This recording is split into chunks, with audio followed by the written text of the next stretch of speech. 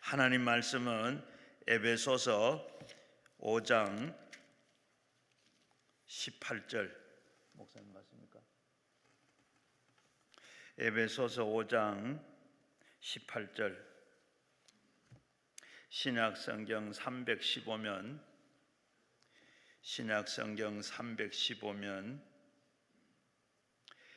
에베소서 5장 18절 한 절만 우리 같이 읽겠습니다. 술 취하지 말라. 이는 방탕한 것이니 오직 성령으로 충만을 받으라. 한 번 더 읽겠습니다.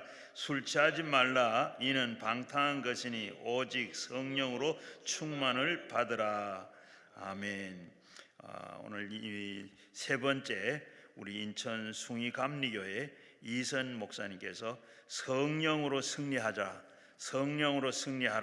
이 말씀을 해 주시겠습니다. 이젠 목사님 나오실 때 우리 다 오른손 들고 할렐루야를 인사하겠습니다. 할렐루야.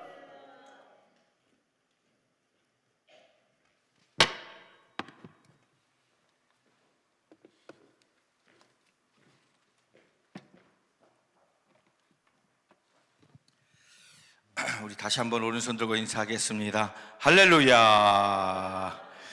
옆에 계신 분들하고 우리 한번 축복하면서 참 잘 오셨습니다. 우리 끝까지 승리합시다. 끝까지 승리합시다. 인사 나누시겠습니다.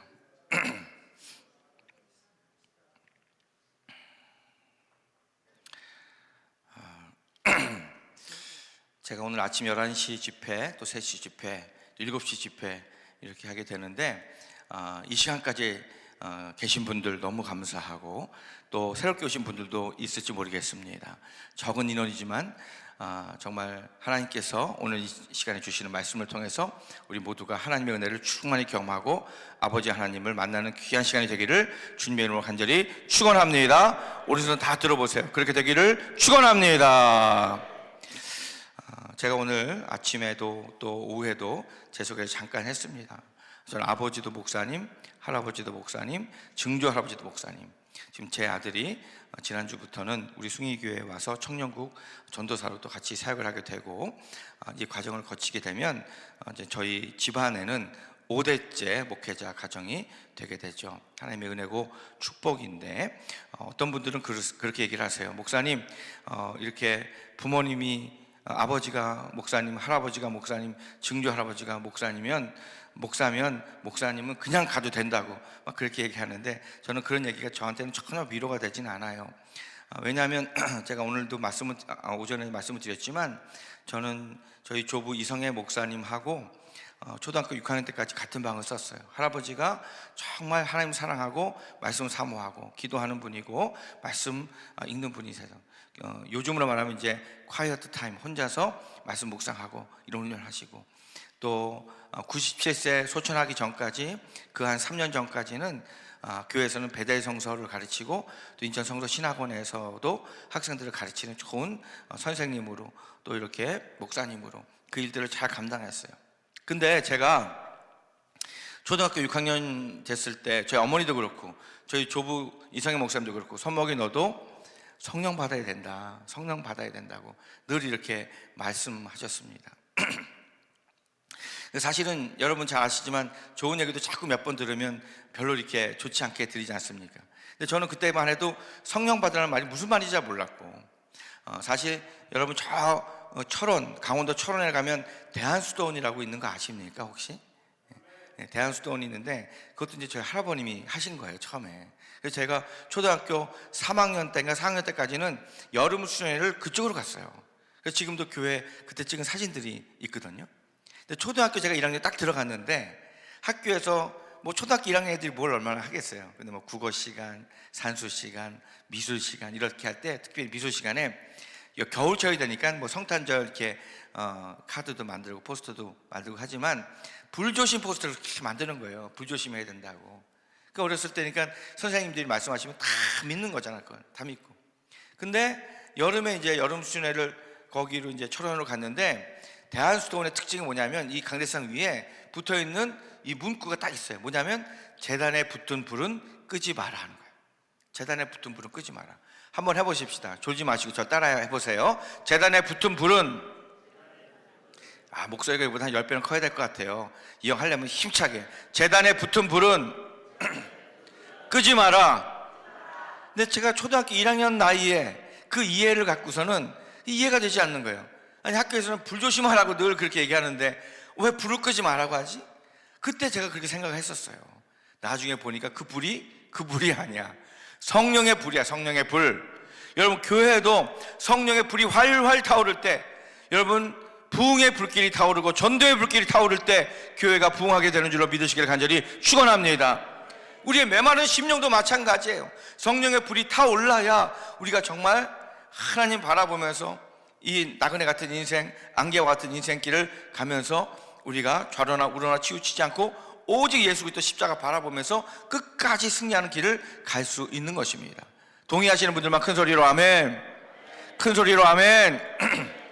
자, 근데 초등학교 6학년 때 손목이 너도 성령 받아야 돼. 성령 받아야 된다. 누구도 성령 받았고 누구도 성령 받았고 이렇게 얘기하는데 마음이 별로 좋지 않더라고.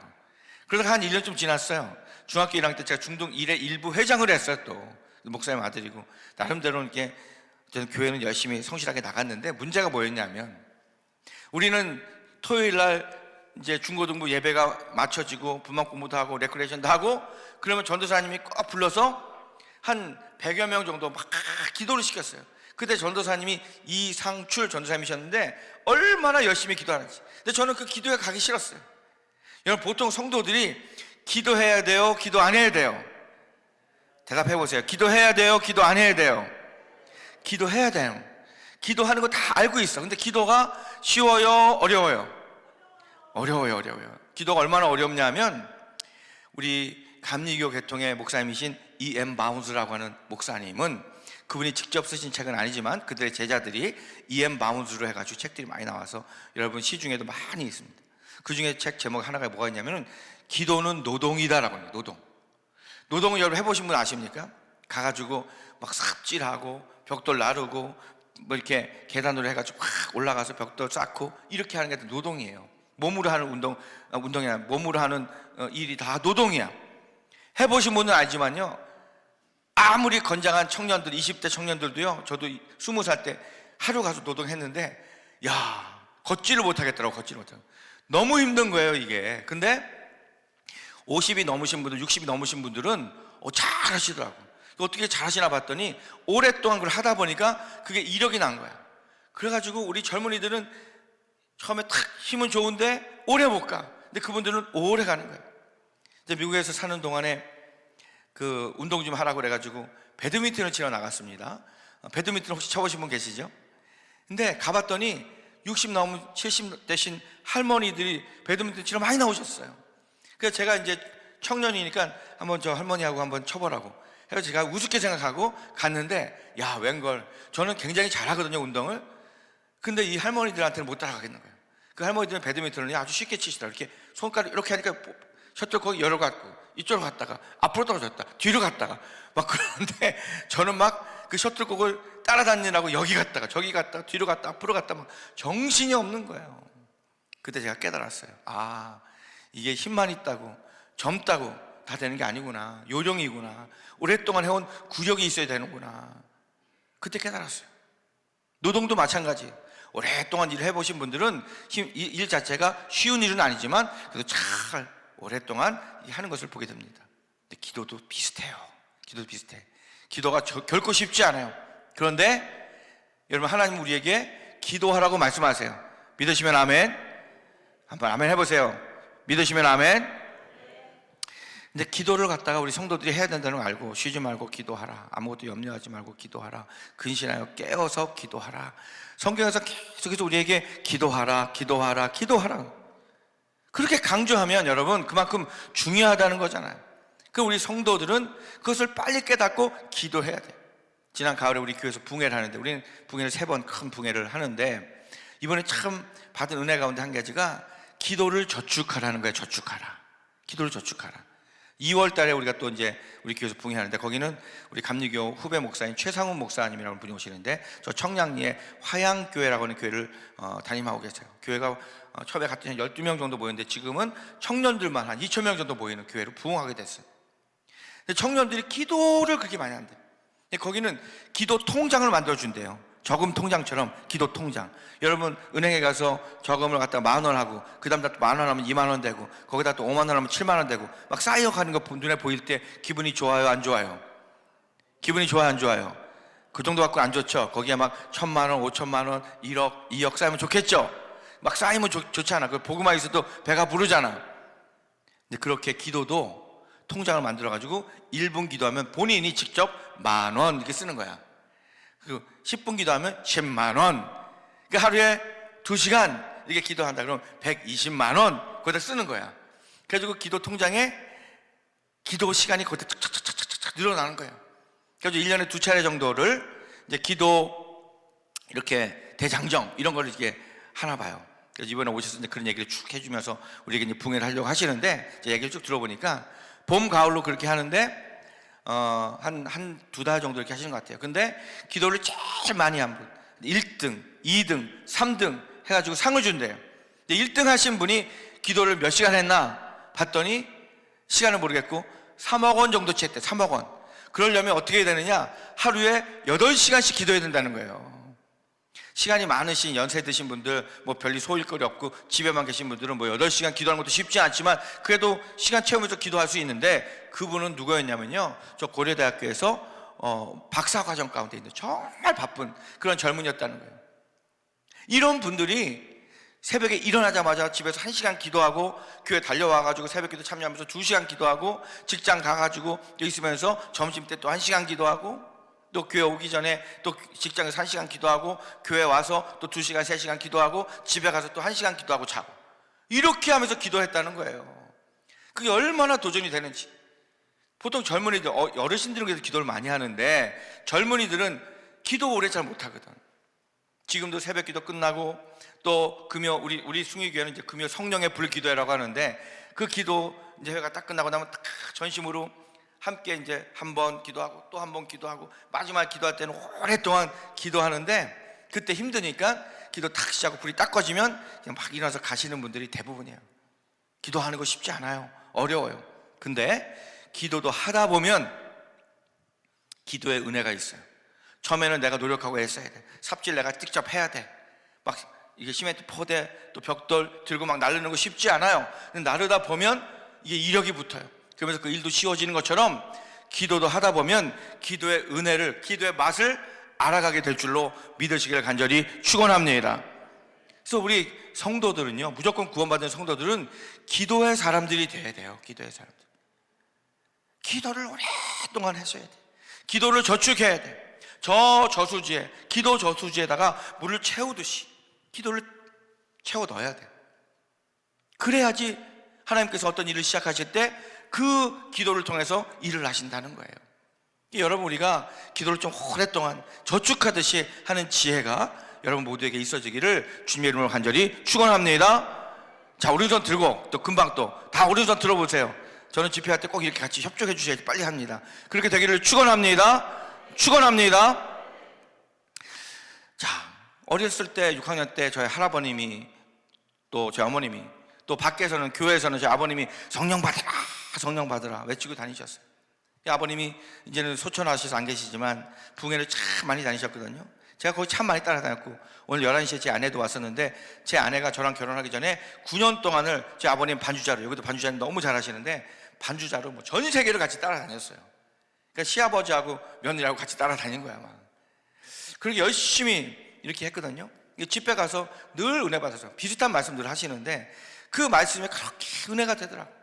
저도 저 중간쯤에 앉아가지고 저는 박수부대, 제가 막 박수 막 치면서 기도할 때 막 소리 치면서 같이 기도하고, 왜냐하면 이렇게 분위기를 잡아줘야 되니까, 영적 분위기를 잡아줘야 되니까 저는 나름대로 그렇게 애를 쓰고서 했는데 그게 어떻게 보면 제가 지금 목회하는데 굉장히 많은 이렇게 밑거름이 된 것 같아요. 얼마나 감사한지.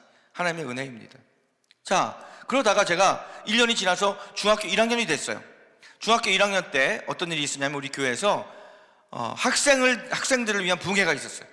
근데 거기 오신 장영출이라고 하는 목사님 혹시 기억하시는지 모르겠어요. 예전에 그 공군 대령 군정감 출신이신데 그분이 오셔가지고 학생 붕회를 참 많이 하셨어요. 요즘에 뭐 젊은 우리 청소년들 붕회 많이 하시는 목사님처럼 그 당시에는 그 장영출 목사님이 오셔가지고 우리 붕회를 하셨어요. 근데 그때 이렇게 얘기하시는 거예요. 앞으로 주의 종 목사님 될 사람들 앞으로 다 나오세요. 제가 안수하면서 기도해 주겠다는 거예요. 근데 제가 오늘 아침에도 말씀드렸죠. 저는 어렸을 때부터 아버지, 할아버지, 증조 할아버지 다 목사니까 저는 소목이 너 커서 뭐 될 거야? 물어보면 저는 목사 될 거예요.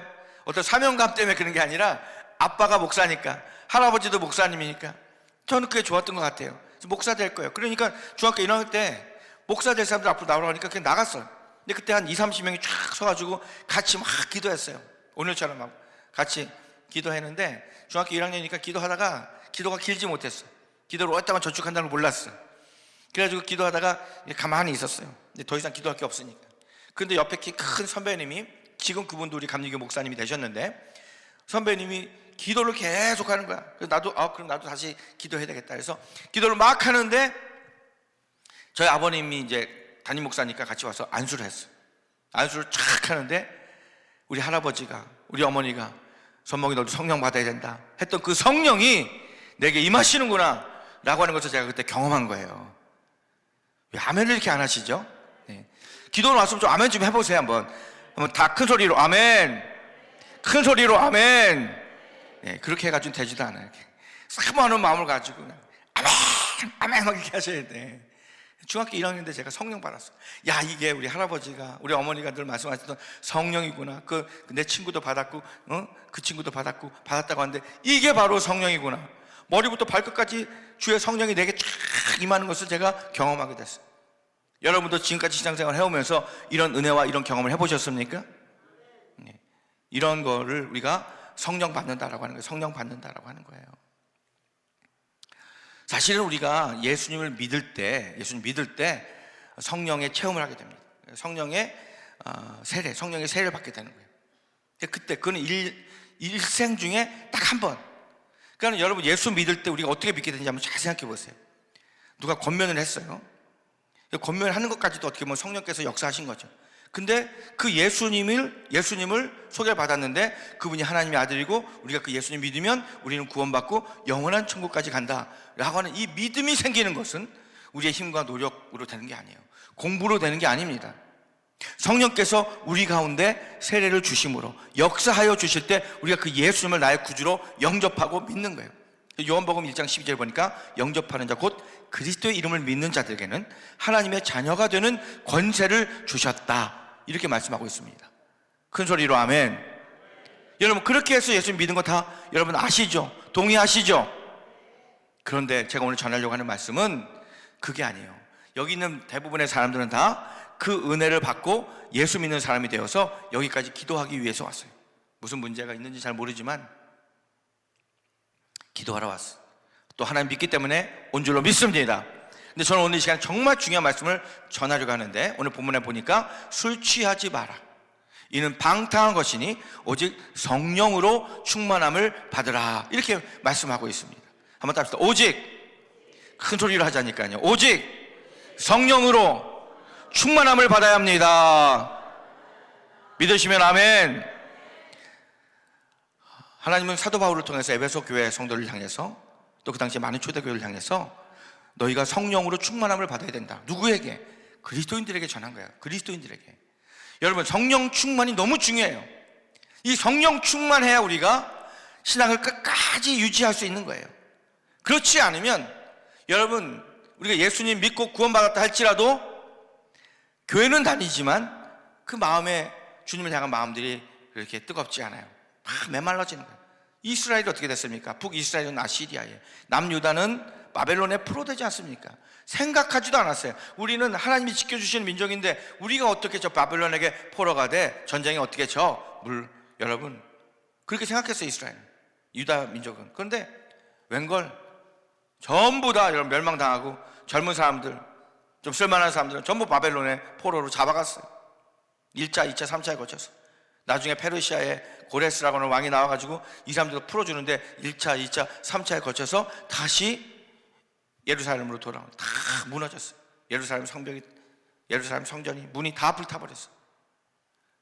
예수 믿고 정말 하나님의 백성이라고 선민이라고 한 이스라엘이 그렇게 됐단 말이죠. 그러니까 우리가 예수 믿었다고 다 된 것이 아니라, 오늘도 말씀드렸죠. 이 성경에 적어도 8% 9% 이상은 예수 믿고 구원받은 성도들이 이 땅 가운데서 어떻게 살아야 되는지를 말씀하고 있어요. 요한계시록 1장 3절 보니까 이 예언의 말씀을 읽고 듣고 잘 지켜 행하는 자에게 복이 있다라고 말했어요. 쉬지 말고 기도해야 된다라고 말씀하고 있어요. 성령의 충만함을 받으라고 말씀하고 있어요. 이게 다 누구에게 말씀하고 있는 것입니까? 구원받은 하나님의 백성들에게 말씀하고 있는 거예요. 저와 여러분에게 이렇게 말씀하고 있는 거예요. 저는 목사님 아들이잖아요. 제가 지금도 이제 목회자가 됐고 제 아들도 목사를 할 거잖아요. 앞으로 목사라고 할지라도 성령으로 충만하지 못하면 이 세상에 있는 일반적인 사람들하고 크게 뭐가 다르겠어요? 전혀 다르지 않아요. 그래서 오늘 이 시간에 여러분이 말씀에 따라서 성령 충만함 받고 이 성령 충만함을 경험하는 우리 모두가 되기를 주님의 이름으로 간절히 축원합니다. 우리도 다 들어보세요. 이게 몇 번을 말합니까 이렇게. 그렇게 되기를 축원합니다. 축원합니다. 그래서 지독히도 안 해 이거를. 이게 별것도 아닌데 이거 순종 좀 하면은 빨리빨리 할 텐데 똑같은 말을 지금 벌써 10번 이상 하고 있잖아요. 그러니까 이게 바로 우리의 타락한 본성 때문에 그런 거예요. 근데 이렇게 아무리 말해도 끝까지 안 하는 분들도 있을 수 있어요. 괜찮아요. 뭐 어떻게 하겠어요 그거를. 그런데 여러분, 이 성령 충만이 뭐냐? 세 가지로 딱 말씀드리면, 첫 번째는 하나님의 영이 성령이에요. 하나님의 영이 성령. 그 성령이 내 속사람 안에 가득 채워진 상태를 성령 충만이다라고 말하는 거예요. 가득 채워진 상태. 영어로 얘기하면 be filled with the Holy Spirit이라고 그래요. be filled with the Holy Spirit. 여기까지 막 가득 찬 거야. 일본어로 말하면 이빠이. 여러분, 가득 찬 상태. 하나님의 영이, 다른 말로 얘기하면 하나님의 말씀이 내 안에 가득 채워진 거야. 그렇게 하려면 어떻게 됩니까? 말씀을 열심히 보고 묵상하고 말씀을 외우고 그 말씀을 선포하고 막 이렇게 될 때 막 충만한 거죠. 군대 딱 가면은, 갔다 오신 분들은 알지만 이등병 훈련 때 제일 훈련이 좀 세거든요. 그럼 그때 막 소리를 지르면서 얼차려 주면서 막 이렇게 선착순 뛰게 하고 막 그러면서, 그러니까 정신을 바짝 차리게 해가지고 그냥 그 사회에 있던 이 젊은이들이 들어와가지고 군복을 갈아입고선 이제는 사람이 아니야, 그때부터 군인이야 하면서 막 뛰는데, 그러다가 관등성명이라는 걸 대라고 그래. 관등성명. 그건 뭐냐면 몇 번 뭐 이렇게 하면서 자기가 이제 이름 되는 게 아니라 이렇게 자기 이제 관등성명을 막 대는 거예요. 그런데 어떻게 되냐면은 이거 계속 훈련시키다가 교관이 지나가다가 툭 건드리면 그냥 여러분 소인살같이 그게 팍 나오는 거야. 자기 관등성명이 몇 번 누구 이렇게 해가지고 쫙 나와요. 그거 여러분 훈련 안 하면 그게 안 됩니다. 세상에서 그게 될 줄 알아요? 안 돼요. 잘 건데 세상에서는 잘 안 돼. 사실은 영어를 우리 한국 사람들이 잘 못하는데, 시험은 잘 보는데 말은 잘 못해 한국 사람들이. 그게 좀 우리 한국의 단점인데, 영어를 잘하게 하는 방법을 제가 군대에서 배웠어요. 군대에서 어떻게 배웠냐면, 군대에서 훈련하듯이 하면 웬만한 분 다 되는 거야. 제가 그때 이 페이퍼 한 3장 4장짜리를 갖다가 외우는데 진짜 몇 시간 안 돼가지고 외우게 되더라고. 긴장하니까 막 외우는 거야. 그냥 불을 켜고 정신을 바짝 차리고 다른 거 집중 안 하고 그것만 쫙 보면서 쫙 하니까 이게 뭐 외워지는 거야. 막 머릿속으로 쏙 들어오는 거야. 영어 그렇게 되거든요. 피아노 치시는 분들 처음부터 피아노 잘 치는 사람 없어요. 수없이 쳐야 돼. 수없이 계속 쳐야 돼. 그렇게 될 때 나중에 손이 막 돌아가는 거예요. 저 외사촌 형님이 인천 시립합창단의 상임 지휘자, 음악 감독인데, 국립합창단 6년 지휘하시다가 지금 인천 시립으로 지금 다시 오셔서 하고 계시거든요. 서울대학교 서울예원, 서울대학교 바이올린 시험 볼 때 저한테 그러더라고. 이제 블라인드 이렇게 테스트를 하는데, 블라인드 앞에다 블라인드 쳐놓고 누가 연주하는지 모르게 선생님들 그 앞에서 연주하는데, 하루에 뭐 10시간, 12시간씩 했대요. 시험 보기 위해서 막 했는데, 일단 시험 보러 들어가가지고 바이올린 막 열심히 하는데 틀렸다 그랬는데 손이 가고 있더래. 너무 열심히 하니까 되더라는 거지. 연주자들은 그렇게 열심히 합니다.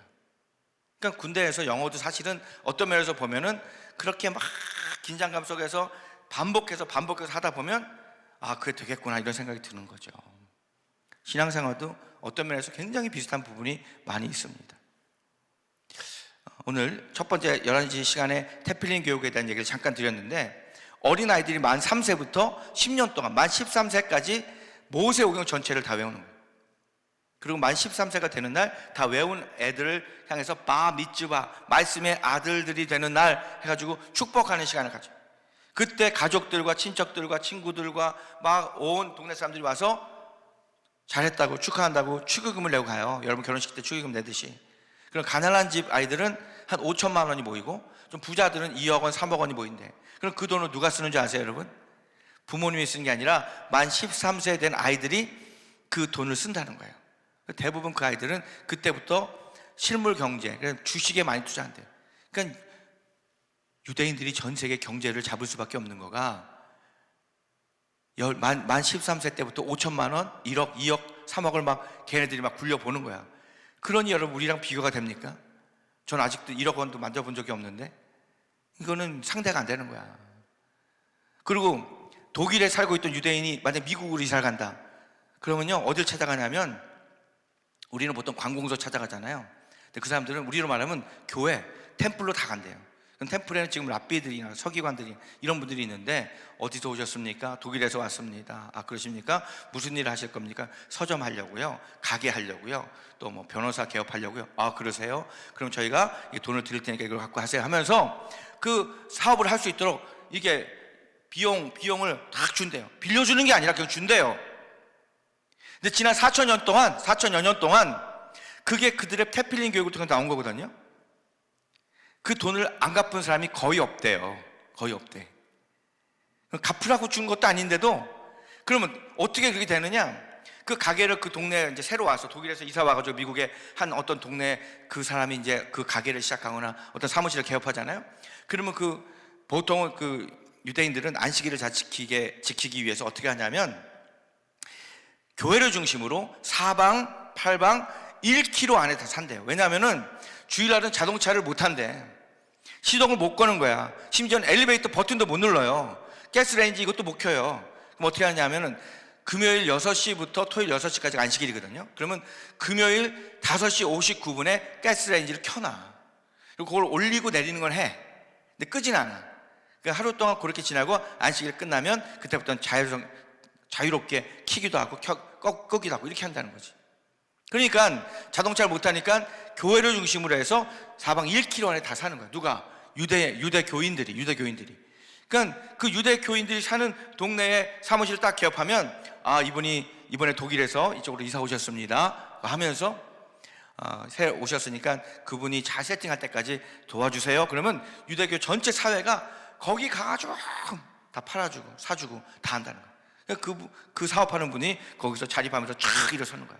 그럼 막 박수 쳐주고 그러면 이제 그 성전에서 그 준 돈을 와서 헌금으로 드리든 뭐로 드리든 하면서 해나간다는 거지. 대단하지 않습니까?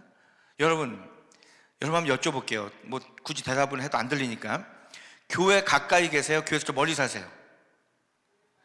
할 수만 있으면 교회 가까이로 가셔야 돼요. 교회 가까이로. 한번 따라 봅시다. 하나님을 가까이 하라. 맥없이 하지 마시고 하나님을 가까이 하라. 그리하면 저가 우리를 가까이 하시리라. 여러분 이런 말이 있어요. 영어에 out of sight, out of mind. 눈에 안 보이면 마음에서도 멀어진다는 거예요. 그러니까 신앙생활도 가능하면 교회 가까이로 하는 게 좋아요. 그래서 수시로 교회 가서 엎드리고 기도하고 하는 게 참 좋아요. 물론 그렇지 않은 분들도 있습니다. 그건 문제라고 하는 거 아니에요. 그러나 가능한 대로 교회 가까이 가서 어떻게 내가 교회를 섬길 수 있을까? 내가 어떻게 하면 하나님께 영광을 돌릴 수 있을까를 생각하는 그런 성도들의 삶이 되기를 주님의 이름으로 간절히 축원합니다. 자, 성령 충만은 다른 말로 말하면 하나님의 영이 내 안에 가득한 상태를 말하는 거예요. 가득한 상태. 우리 감리교 선배 목사님 중에 이현주라고 하는 목사님이 계세요. 동화 작가고 글을 너무 잘 써요. 대학원 다닐 때 그분이 쓰신 신학개론 읽다가 너무너무 재밌고 은혜 받고 신학책은 별로 은혜가 안 되거든요. 근데 그분은 참 글을 재밌게 잘 쓰셔서 은혜 받았는데 그 읽다가 정말 중요한 한 사건을 제가 보게 됩니다. 그분이 몸이 너무 아프셔가지고 현대의학으로 고칠 수가 없는 거야. 그러니까 어떻게 해요? 그때 몸이 아픈 분들은 어떻게 합니까? 병 고치기 위해서 이 사람도 쳐다보고 저기도 가보고 하여튼 무슨 좋은 방법이란 방법을 다 찾아서 자기 몸에다 적용하는데 그것을 우리는 대체의학이다라고 얘기합니다. 한의학 쪽에 이제 그런 동양의학 쪽의 비법인데 일본에 무슨 그런 대체의학이 있냐면은 자기 소변을 아침에 일어나서 첫 소변을 마시는 소변요법이라는 게 있대요. 혹시 들어보시는 분 계시나요? 계시네요. 여기 두 분이나 계시네요. 자기 소변은 자기가 마시는 거예요. 아무리 자기 거라고 해도 이렇게 마실 때, 혹시 우리 장로님이세요? 권사님이세요? 드셔보셨어요? 자기 소변을 못 드셔봤죠? 여기 드셔보셨어요? 드셔보셨구나. 몸이 되게 안 좋으셨었어요, 예전에. 그러셨구나. 그래서 그 자기 소변을 이제 마시는 요법을 자기가 적용한 거야. 근데 그러다가 깨달은 게 있어요. 우리 집사님, 권사님, 목사님은 자기 소변을 드셨는데 깨달은 게 있으셨을 것 같아요. 근데 이분이, 이 이현주 목사님이 어저께 뭘 먹었느냐에 따라서 소변을 잘 마실 수도 있고 잘 마시지 못할 수도 있다는 거예요. 그게 무슨 말이냐면, 어제 이제 단백질이 좀 많은 고기 같은 걸 먹고 나면 소변을 누우면 소변 색깔도 또 거품도 나오고 또 냄새도 좀 있고 하니까 자기 소변인데도 불구하고 마시기가 쉽지 않았다는 거예요. 그러다 보니까 자연스럽게 병원에서도 이제 얘기를 했죠. 병원에 가서 몸이 좀 문제가 있다 그러면 어떻게 하냐면 이제 운동하셔야 되고, 그리고 식이요법을 하셔야 됩니다. 그러면서 좀 이렇게 현미 위주로 또 곡식 위주로 될 수 있으면 단백질 같은 거 먹지 마시고 이렇게 드셔야 됩니다. 이렇게 권면하지 않습니까?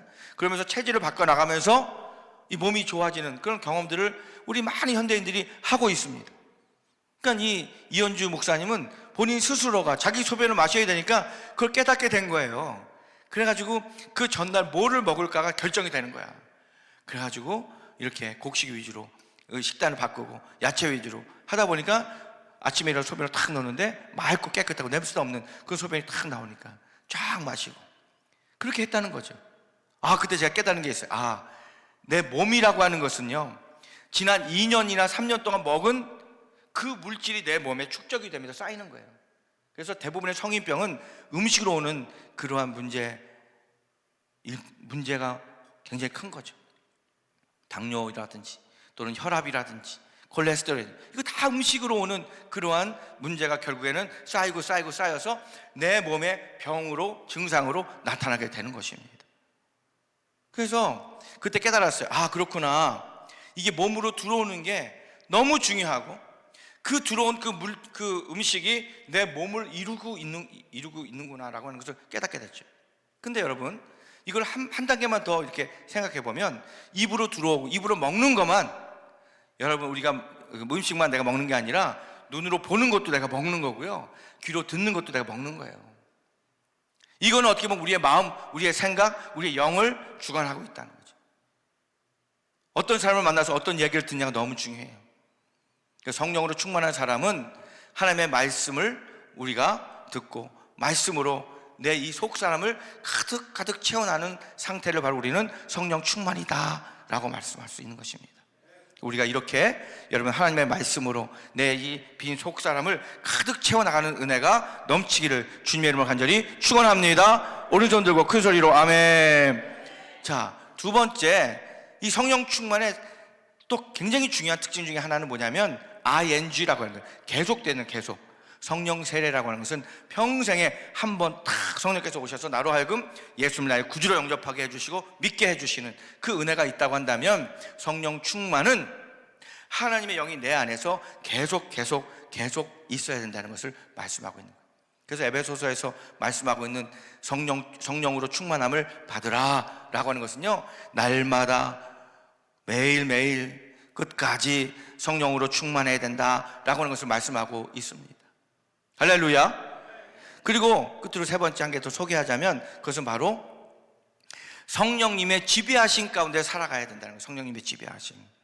여러분, 우리는 대한민국의 헌법 안에서 법의 지배를 받고 있어요. 법에서 우리가 어긋나면 불법자, 범법자가 되는 거예요. 잘못하면 벌금 내고, 잘못하면 여러분 감옥에도 갈 수 있는 것입니다. 세상도 그래요. 세상 법도 그래. 북한에도 법이 있어요, 없어요? 법은 있어요. 근데 문제는 법을 초월한 초월자 같은 자가 있어가지고 상관없이 그냥 여러분 막 죽이고 수용소 보내고 막 그렇게 하지 않습니까? 근데 북한 주민들은 법의 지배 받을 뿐만 아니라 김정은이의 지배를 받고 있는 거야. 기가 막힌 거죠. 근데 성령 충만한 사람들은 성령님께 지배하심을 받아야 될 줄로 믿습니다. 성령님의 지배하심을 받는 거예요. 그건 바로 말씀에 순종한다는 뜻이에요. 하나님께서 우리에게 원하시는 삶이 있어요. 이 말씀을 통해서 하나님의 뜻을 이루어 가기를 우리에게 원하시는데 그 뜻대로 살아가는 거죠. 우리 하나님은요 아주 분명하게 말씀하세요. 예배드려라, 기도하라, 말씀 보라, 잃어버린 영혼들 주께로 인도하라, 또 형제가 서로 사랑하라, 뭐 이렇게 말씀하십니다. 이런 것들은 다 성령님께서 우리에게 이렇게 살라고 지시하는 거야. 그러면 그 성령님께 지배하심을 받는 사람들은 그렇게 살기 위해서 힘쓰고 애써요. 다 그렇게 살지 못하더라도 몸부림을 치는 거야. 우리가 몸부림을 쳐. 그런데 사탄 마귀는 완전히 반대로 해요. 우리로 하여금 예배 드리는데 충실하지 못하게 해요. 소홀하게 해요. 예전에 이런 이야기가 있었어요. 4.5하고 5하고 차이가 얼마인 줄 아세요? 0.5예요 여기까지 이해하셨죠? 차이가 별로 없어. 근데 어쩌면 4.5는 5를 볼 때마다 막 주눅이 드는 거야. 위축이 되는 거야. 5는 0.5밖에 안 큰데 어쩌면 그렇게 기세등등해가지고 이 4.5를 그렇게 구박하고 막 별거 다 시키니까 물 갖고 와라, TV 틀어라, 선풍기 틀어라, 커피 타와라, 뭐 별거 다 시키니까 4.5가 너무너무 힘들어서 그냥 이 속에서 막 힘들지만 주눅이 드니까 어떻게 안 할 수는 없고, 그러다가 어느 날 마음을 딱 결단하고 집을 나가게 됐어. 집을 딱 나갔어. 5가 집에 딱 들어왔더니 4.5가 안 보이네. 뭘 시켜야 되는데 자기가 다 해야 되니까 얼마나 불편해. 가서 물도 자기가 떠다 먹어야 되고 라면도 자기가 직접 끓여야 되고 청소도 자기가 해야 되고 막 이렇게 해야 되니까 속으로 0.5밖에 안 큰 이 5가 4.5를 원망하면서 이 새끼 어디 갔어? 들어오기만 하면 그냥 가만 놔두지 않겠다고 막 그런 거야. 근데 이 4.5가 집을 나간 지 하루가 지나도 안 들어오고 이틀이 지나도 안 들어오고 3일이 지나도 안 들어오고 5일이 지났어. 나중에 12일쯤 됐는데 4.5가 옛날에는 막 눈치 보면서 왔는데 그때는 탁 들어오는 거야. 그러니까 5가 딱 봤을 때 이게 이상한 거야. 뭔가 옛날 같지 않은 거야. 그래가지고 5가 그래도 어쨌든 자기가 막 더 크다고 생각했으니까 어디 갔다 왔어 이 새끼야, 딱 그랬어. 그랬더니 4.5가 옛날에는 뭐 어디 좀 갔다 왔어요 이렇게 얘기해야 되는데 서울 갔다 왔다 이 새끼야, 딱 그랬어. 서울 어디? 그러니까 강남 갔다 왔다 이 새끼야. 그러니까 5가 갑자기 주눅이 드는 거야. 뭐지? 뭐하고 왔어? 했더니 점 빼고 왔다 이 새끼야 그랬어요. 4.5에서 점을 빼니까 어떻게 돼?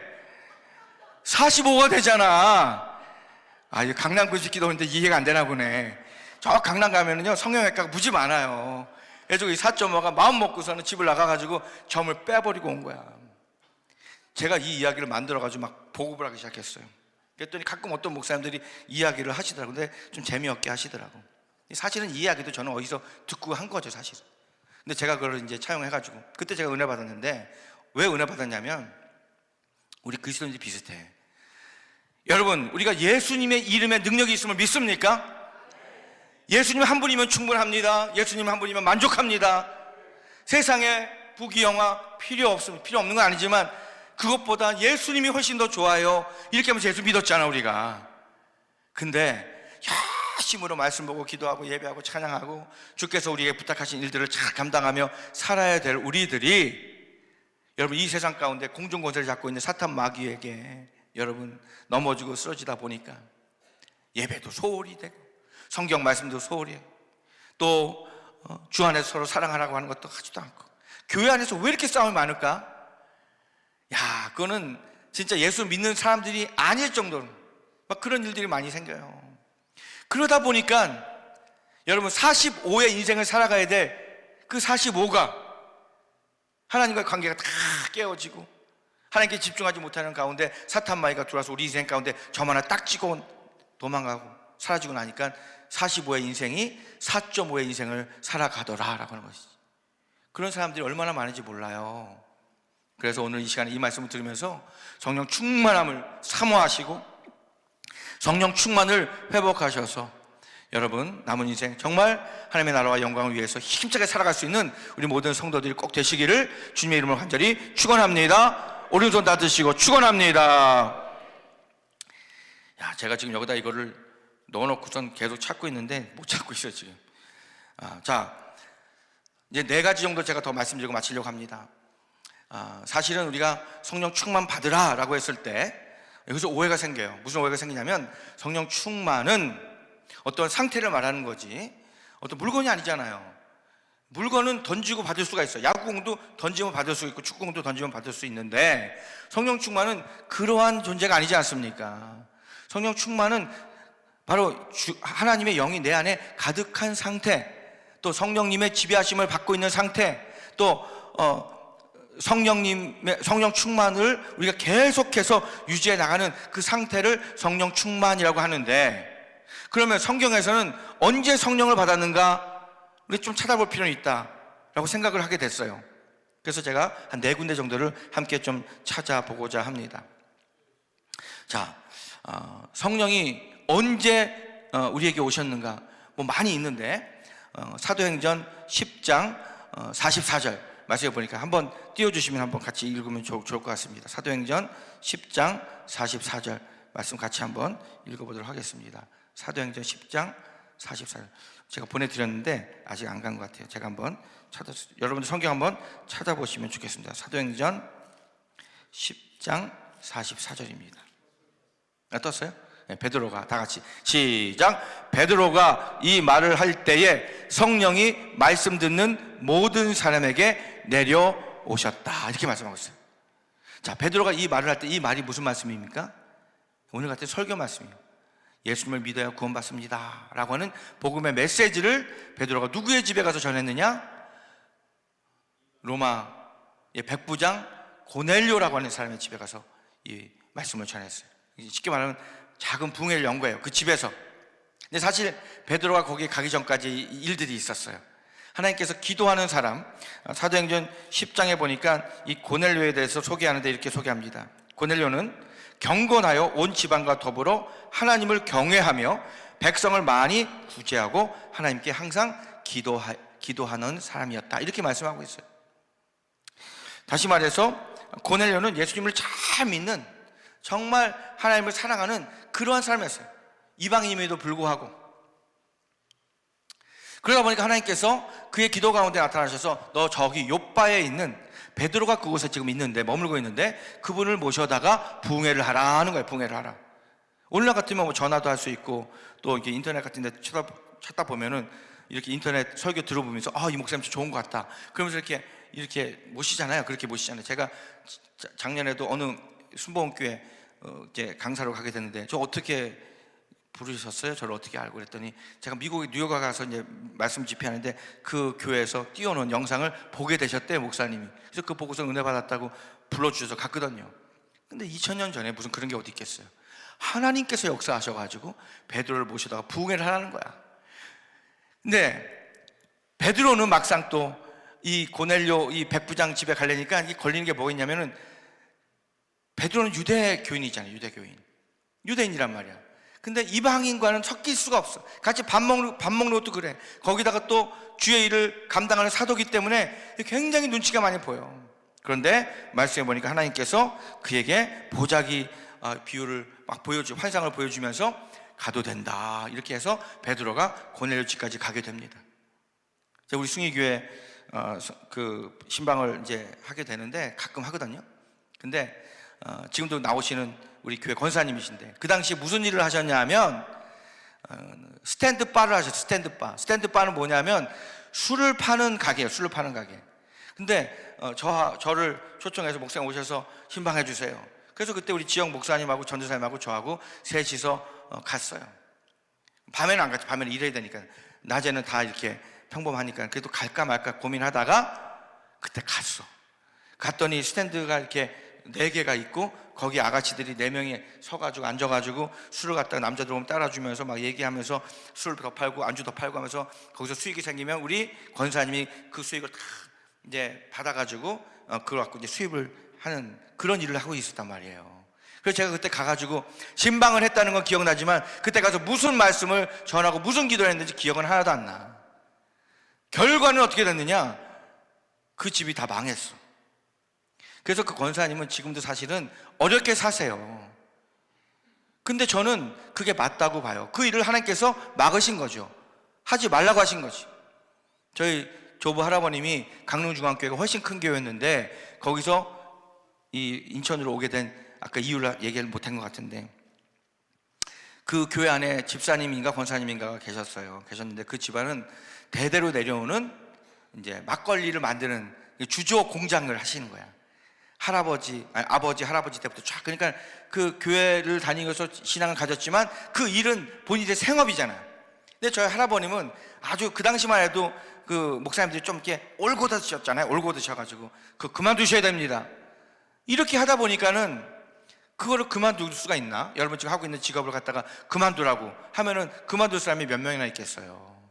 그것도 집안 대대로 몇 수십 년 동안 해오던 일인데, 그러니까 우리 할아버지가 막 괴로워가지고, 그것 때문에 괴로워가지고 결국에는 이렇게 해가지고 감리교는 파송제가 그 당시만 해도 있었으니까 감독님께 말씀드려서 작지만 그래도 숭유교로 보내주세요 해가지고 숭유교로 왔고, 숭유교 계신 목사님은 강릉중앙교회로 가신 거예요. 그런 일이 있었거든. 그러니까 마찬가지예요. 지금 이 권사님도 술을 팔아서 사람들을 타락하게 만들고 타락한 돈을 모아가지고 그걸 가지고 생활을 하는 일을 하셨단 말이야. 하나님께서 그걸 막으신 것 같아. 지금은 이제 어렵게 사시고 연세도 있고 있으시고 하니까 이제 노인 일자리를 제가 이제 찾아가지고 만들어가지고 드리고 하니까 늘 가끔씩 전화 주셔서 목사님 제가 목사님 선물 좀 해야 되는데 아유 그런 거 안 하셔도 된다고. 연세가 있으신데 뭐 저까지 생각을 해. 저도 그때 잠깐 그런 고민했었어요.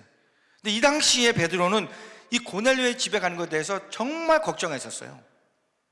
근데 하나님께서 갈 수 있도록 자유함을 탁 주고 나니까 가가지고 말씀을 전할 때 성령께서 그들 가운데 임하는 거야.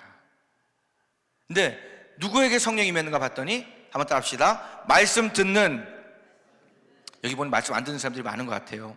말씀 듣는 모든 사람에게, 말씀을 듣고 있는 모든 사람에게 성령이 임했다라고 오늘 성경은 말씀하고 있는 것이죠.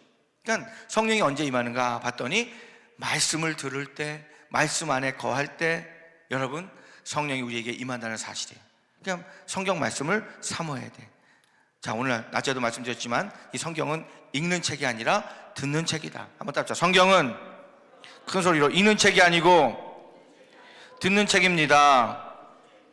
그러니까는 뭐 읽는 거나 듣는 거나 다 이제는 비슷하게 같이 공통적으로 쓰고 있는 거지만 여러분 이 하나님의 말씀을 읽고 듣고 지켜 행하는데 최선을 다하는 여러분이 되셔야지 우리가 성령께서 내 안에 들어오셔서 우리는 그 성령과 함께 더불어 날마다 충만한 삶을 살아가게 되는 줄로 믿으시기를 간절히 축원합니다.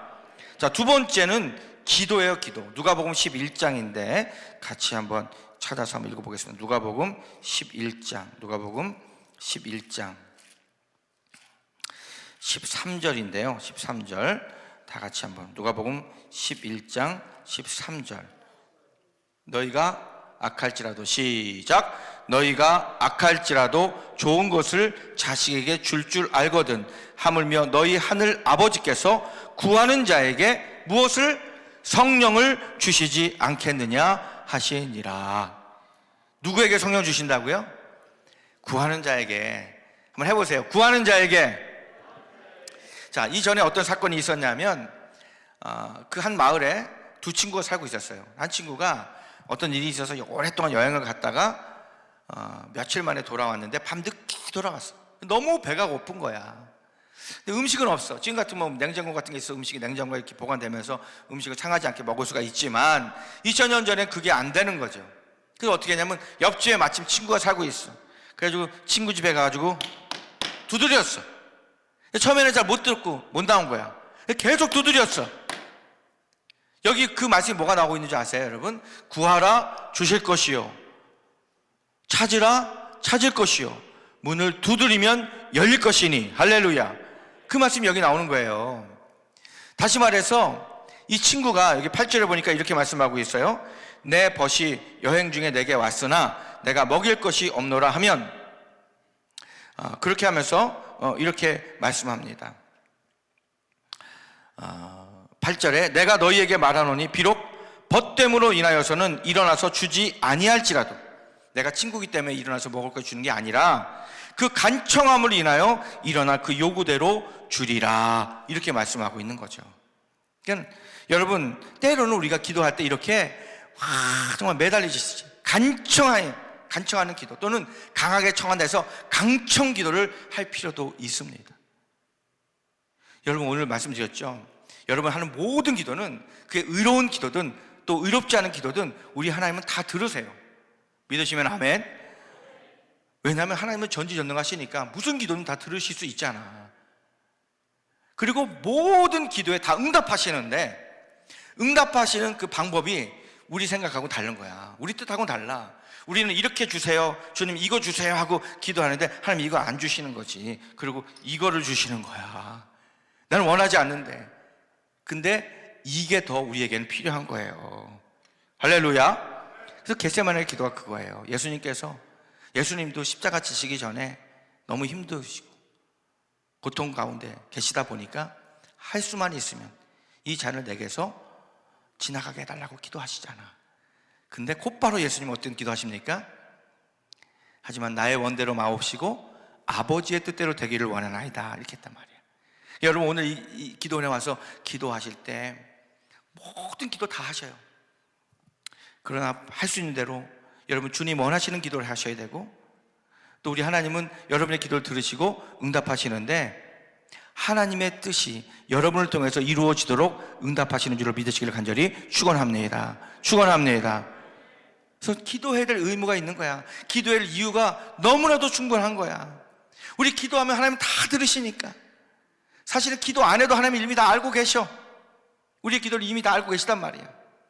그러나 하나님 우리가 기도하기를 원하시는데 그 이유는 뭐냐? 그 기도를 통해서 하나님이 살아계시고 하나님이 역사하신다라고 하는 것을 우리로 알게 하시려고, 우리로 하여금 기도하게 하시고 그것을 이루는 과정을 통해서 하나님께서 일하신다라고 하는 거예요. 그래서 여러분, 우리가 성령 받기 위해서는 기도해야 되는데 어떻게 기도해야 되느냐? 전심으로 기도해야 돼요. 사도행전, 우리 다시 돌아가서 사도행전 보면 이렇게 말씀하고 있어요. 사도행전 1장 14절 보니까 이렇게 말합니다. 제가 한번 읽어드리겠습니다. 사도행전 1장 14절 보니까 여자들과 예수의 어머니 마리아와 예수의 아우들과 더불어 마음을 같이하여 오로지 기도에 힘쓰더라, 이렇게 말하고 있어요. 그때 그들이 모여서 기도하는 거예요. 기도할 때 사도행전 2장 1절로 4절까지 보니까 오순절 날이 이미 이르매 그들이 다 같이 한 곳에 모였더니 호련히 하늘로부터 급하고 강한 바람 같은 소리가 있어 그들이 앉은 온 집에 가득하며 마치 불의 혀같이 갈라지는 것들이 그들에게 보여 각 사람 위에 하나씩 임하여 있더니, 4절은 같이 한번 읽어볼까요? 시작. 그들이 다 성령의 충만함을 받고 성령이 말하게 하심을 따라 다른 언어들로 말하기를 시작하니라, 이렇게 말씀하고 있습니다. 오순절 마가의 합방에 나타나는 사건이에요. 이때부터 오늘날의 교회가 시작이 된 것입니다. 근데 저는 이 말씀이 너무나도 감사하고 또 이 말씀의 은혜가 됩니다. 뭐냐면 여러분, 성령의 충만함이 저들에게 임했을 때 성령이 말하게 하심에 따라서 각기 다른 언어들로 말하기 시작했다. 여기서 다른 언어라고 하는 것은 different language를 말하고 있어요. 번역을 보니까 다른 방언들, 다른 나라 언어들을 말하고 있다는 거예요. 근데 그것만 있는 것이 아니라 제가 보는 이렇게 해석에서는 여러분, 하나님께서 성령 받지 않았을 때의 그 언어 습관과 성령 받고 난 다음에 언어가 완전히 달라지는 거죠. 여러분, 우리 언어라고 하는 것은 힘이 있어요. 능력이 있어요. 더군다나 하나님의 이 말씀에는 능력이 있어요. 하나님이 천지 만물을 어떻게 창조하셨습니까? 말씀 하나로 창조하셨어요. 저희 충의교회 가면 이 본 예배당이 있고 교육관이 있고 이 옆에 충의종합사회복지관이 있어요. 근데 저희 아버님은 저에게 말씀을 잘 안 하시는 분이야. 어렸을 때부터 대화를 이렇게 잘 안 하시는 분이야. 근데 제가 이제 목사가 되고 원로 목사가 되셨는데 그 복지관을 다 바라보면서 저한테 그렇게 말씀하셨어요. 저게 말 한마디로 지어졌지, 이렇게 말씀하시더라고요. 말 한마디로 지어졌다는 거예요. 장로님들이 한 50명 계셨는데 장로님들한테 그 얘기를 했더니 한 3분의 2가 반대하신 거예요. 그러면 어떻게 하시냐면 그 다음 달에 이거 좀 해야 되겠는데 이렇게 얘기를 하셨는데, 그러면 장로님들이 목사님 지금 우리 돈이 없어서 안 됩니다. 또 한 달 지나가. 그리고 그 한 달 지나가는 사이에 장로님들이, 선임 장로님들 측에서 담임 목사님 저렇게 원하시는데 기도하고 하셨을 텐데 우리 한번 해봐야 되는 거 아니야? 그러면서 막 이렇게 그 안에서 이렇게 서로 이렇게 막 이걸 만들어 간다는 거예요. 그러면서 이 선임 장로님들이 후배 장로님들을 모아놓고 얘기하고 또 전화해서 만나고 식사하면서 얘기하고 그러면서 2달, 3달 지나는 사이에 저거 기도했는데 꼭 하나님께서 했으면 좋겠다고 말씀하시는데 이렇게 하면서 짓기로 했어요. 비용이 많이 들어갔어요, 사실은. 근데 그것 때문에 제가 목회하면서 사실 쉽진 않았습니다. 그 건물 이제 대출 받은 거 갚느라고 쉽진 않았어요. 근데 저는 저희 아버님이 저게 말 한마디로 지었지라고 하는 그 말 한마디가 저에게는 굉장히 큰 어떤 도전이 되고 은혜가 되었어요. 그 말에는 그만큼 힘이 있다는 거예요. 하기 전까지 우리가 생각을 많이 해야 되지만. 근데 이 말이라고 하는 것이 그냥 나오는 게 아니라 마음에 담겨져 있는 것이 나온다는 거예요. 마음에 담겨져 있는 것이. 그렇기 때문에 여러분, 말은 여러분 쉽게 할 수 있는 것은 아닙니다. 그런데 우리 구원받은 성도들은 어떤 말을 해야 됩니까?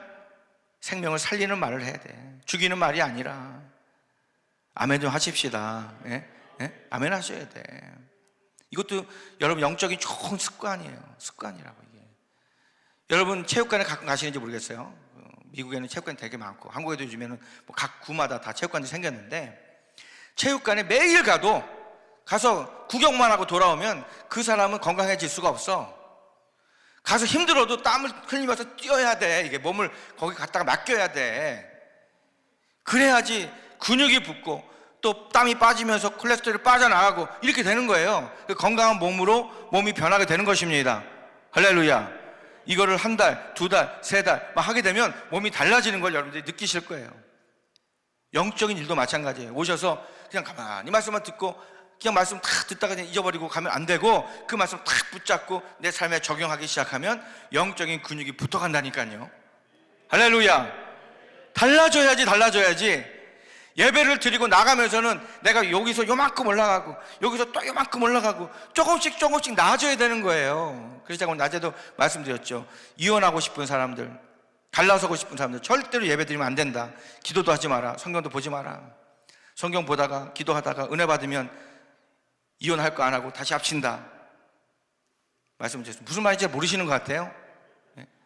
예배를 잘 드리면서 은혜 받으면 여러분 서로 미워했던 사람들이 어쩌면 이렇게 사랑하게 되고 회복이 되어지고 이런 은혜가 일어나는 게 맞는 거예요. 그게 성경적인 거예요. 저 여러분이 우리 교회가 여러분 그렇게 되기를 주님의 이름으로 간절히 축원합니다. 세 번째는 말씀에 순종할 때 성령이 임하시더라고요. 사도행전 5장으로 한번 가보겠습니다. 사도행전 5장 한번 가보겠습니다. 사도행전 5장 32절입니다. 32절. 우리는 다 같이 읽어볼까요? 시작. 우리는 이 일의 증인이요 하나님이 자기에게 순종하는 사람들에게 주신 성령도 그러하니라. 누구에게 성령 주신다고요?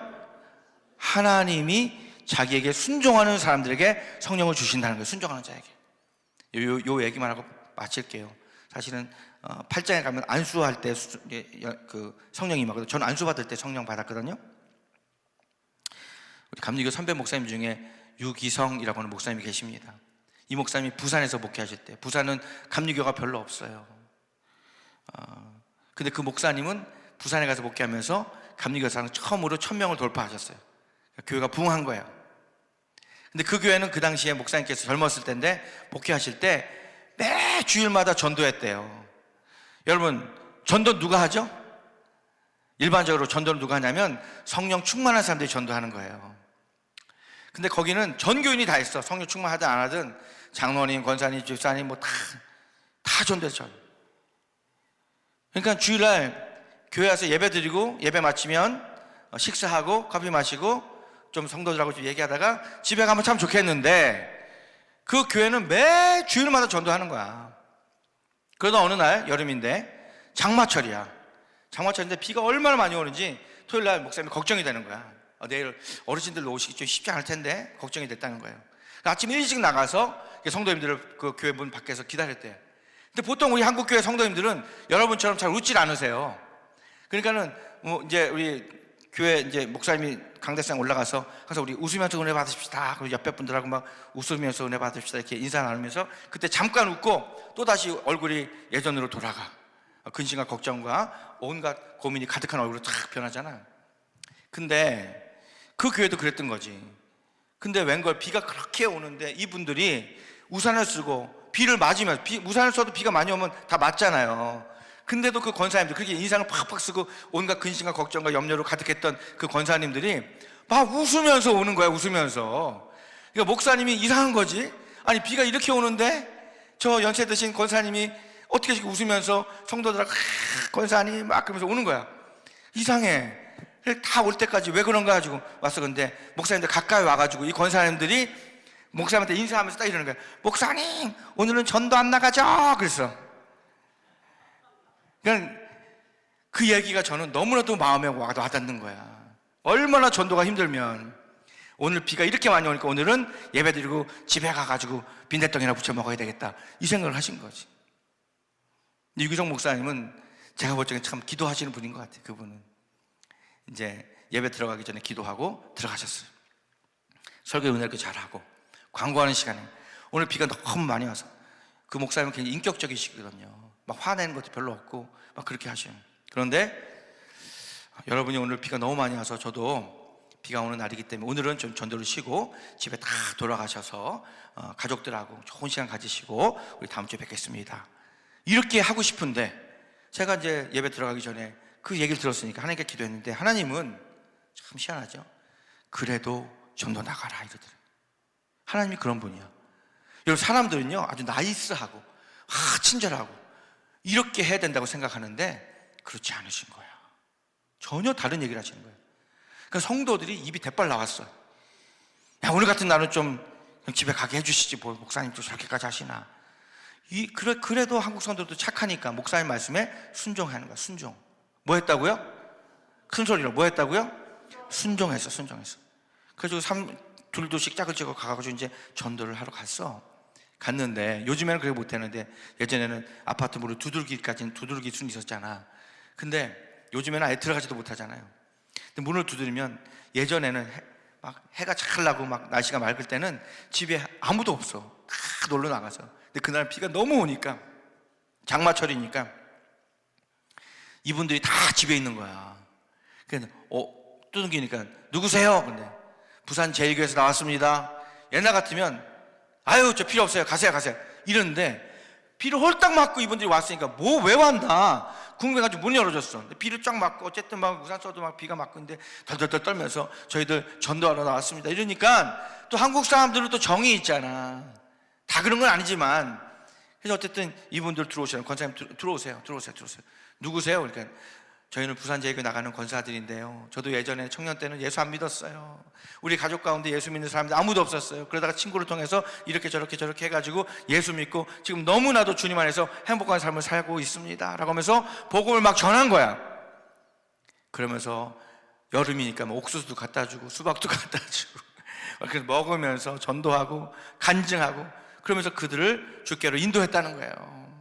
전도하고 교회로 다 돌아오는데, 그 권사님들이 처음에는 오늘 전도 안 나가죠 했던 그 권사님들이 목사님 비 올 때 전도 나가야 돼요, 비 올 때 전도 나가야 돼요, 이렇게 바뀌었다는 거예요. 여러분, 하나도 재미가 없으세요? 보통 다른 교회 가면 다 재밌다고 웃는데 워낙 기도원이라 좀 다른 걸 수도 있어요.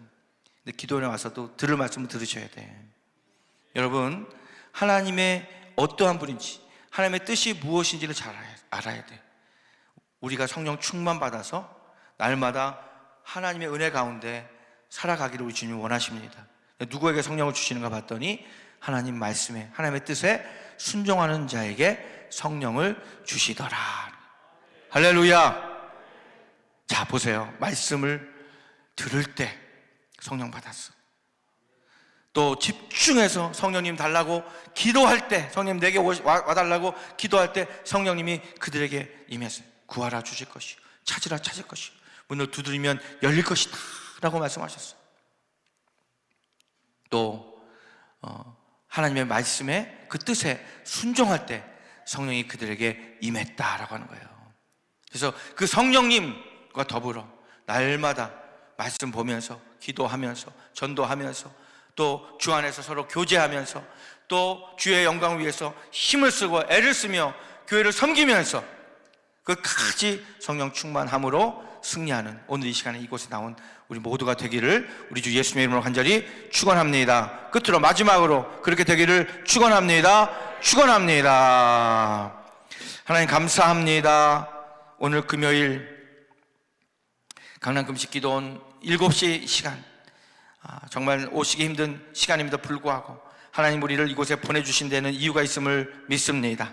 이 말씀 들으라고 보내주셨사오니 이 말씀을 들은 우리 성도들이 알게 하시고 깨닫게 하여 주시옵고 성령 충만을 사모하여 날마다 승리하는 삶을 살아갈 수 있도록 도와주시옵소서. 감사드렸고 예수님의 이름으로 축복하며 간절히 기도드립니다. 아멘. 하나님께 감사와 영광 박수 올려드립니다. 할렐루야. 아멘.